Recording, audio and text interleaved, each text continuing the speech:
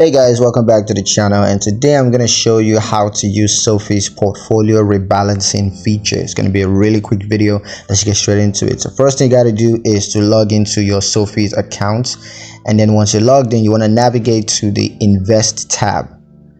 Next, you want to select portfolio rebalancing from the drop down menu, and then review your investment portfolios.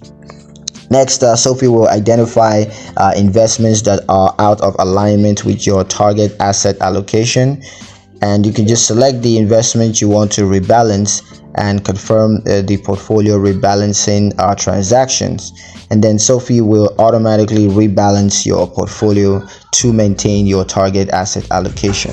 So yeah, that's pretty much it on how to use Sofi's portfolio rebalancing feature.